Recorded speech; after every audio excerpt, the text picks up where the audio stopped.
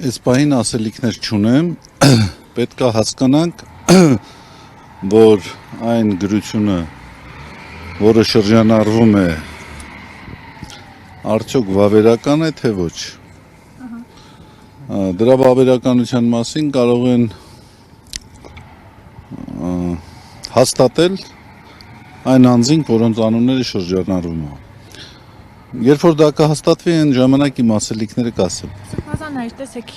ես մասնավորապես վարքյաններ առաջ զրուցեցի Արթիքի թեմի առաջնորդի հետ, ով չի ստորագրել փաստաթուղթը, նշեց, քանի դեռ իր ստորագրությունը չկա, մեկնաբանություն էլ չունի, այսինքն հավաստեց, որ ծանոթ է տեքստին, իր անունը այդտեղ կա, բայց ինքը չի ստորագրել։ Ես Արթիկի թեմի առաջնորդի հետ չեմ խոսել, չեմ կարող մեկնաբանություններ անել, բայց նույնիսկ ձեր ասածից ես չեմ ենթադրում, որ ինքը ծանոթ է եւ հաստատում է այդ փաստաթղթի իսկությունը։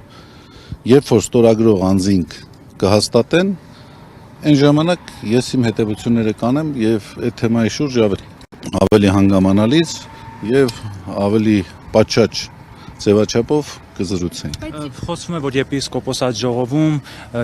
չի քննարկվել, հա, ձեր հարցը, այսպես ասած, դուք մասնակցել եք, ինչ կասեք, եւ այդ 7 հոգանոց հանձնախումբը, որ ձևավորվել էր, ինչպես է որոշվել կազմը, կաթողիկոսն է ընտրել եպիսկոպոսներին, ովքեր այդ 7 հոգանոց կազմին, հա։ Գիտեք, այդ հարաբերությունները ներքին ընթացակարգերով կարգավորվող հարաբերություններ են։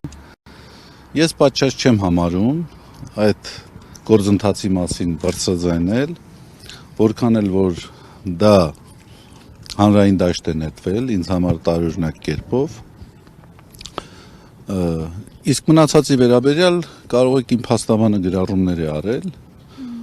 այդ փաստաբանից գրառումների մեջ որոշակի դրույթներ, որոշակի ուրվագծումներ կան, կարող եք ծանոթանալ։ Ես չէի ուզի հավելյալ մեկնաբանություններ անել։ Սրբազան հայր, բայց տեսեք, քրեադատավարական նորմերը որքանով են պահպանվել կամ չեն պահպանվել, չեն կարող ասել, բայց այս գրության մեջ նշվում է, որ քննչական կոմիտեի կողմից է հանձնախմբին տրամադրվել հիշյալ փորձաքննության արդյունքները, ըստ այդ փորձաքննության հաստատում է արշակ arczepiskopos Խաչատրյանին վերագրվող տեսանյութերի իսկությունը։ Նորից պետք է հղում անեմ իմ փաստաբանի ասածին, փաստաբանը այս հարցին շատ հանգամանալից, շատ սպառիչ արձագանքել է։ Ինձ հայտնի չէ փորձաքննություն, ինձ հայտնի չէ փորձաքննության եզրակացություն։ Եվ ինձ մոտ բնական հարց է առաջանում, եթե ես ուղղակիորեն ներգրաված եմ ակամա այս process-ի մեջ, ինձ հայտնի չէ որևէ փորձաքննության եզրակացություն, ինչպես կարող է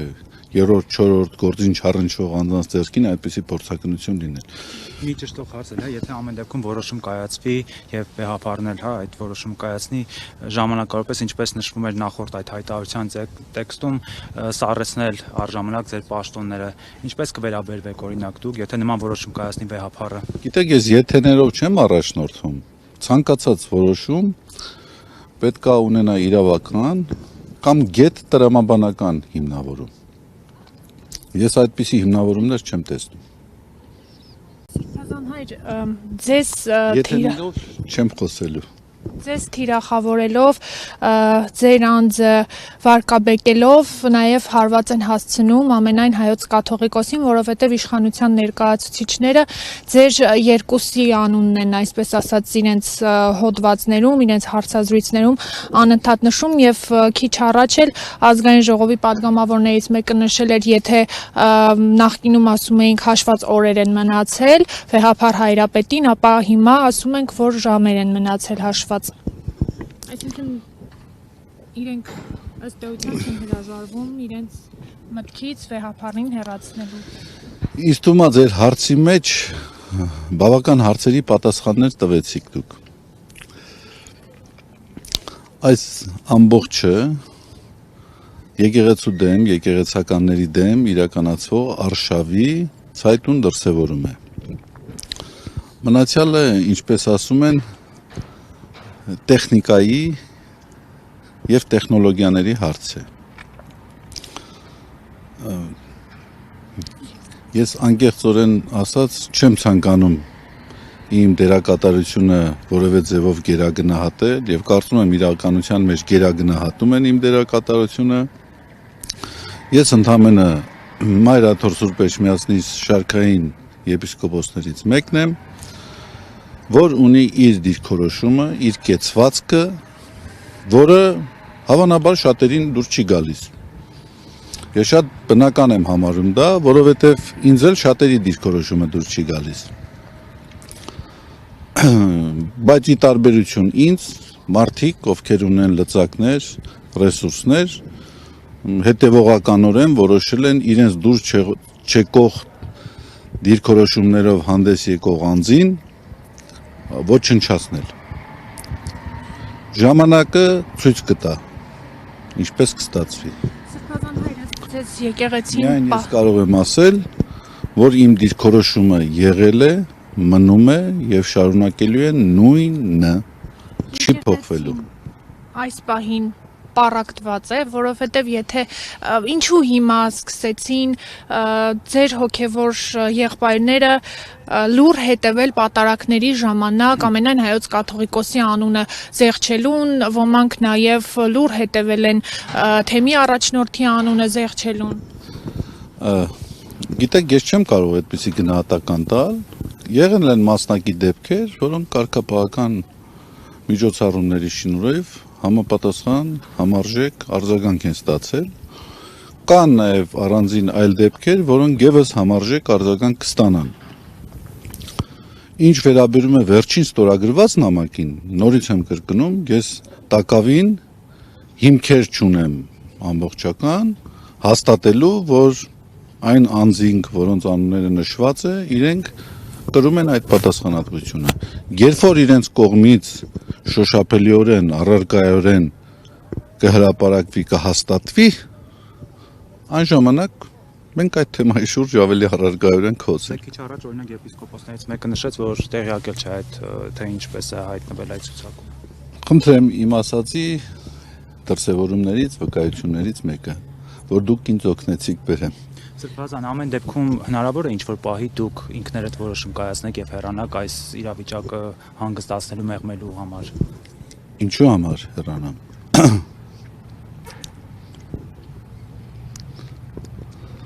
Ես ասում եմ, ցանկացած որոշման տակ պետք է լինի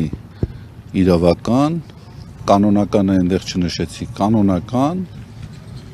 բարոյական կամ գետ տրամաբանական հիմք։ Ես ոչ մի տեսանկյունից նման հիմք չեմ տեսնում այդտեղ։ Դուք կաթողիկ Ես ինչ որ որոշում պիտի կայացնեմ, որովհետև ինչ որ մարդիկ այդպես են ցանկանում։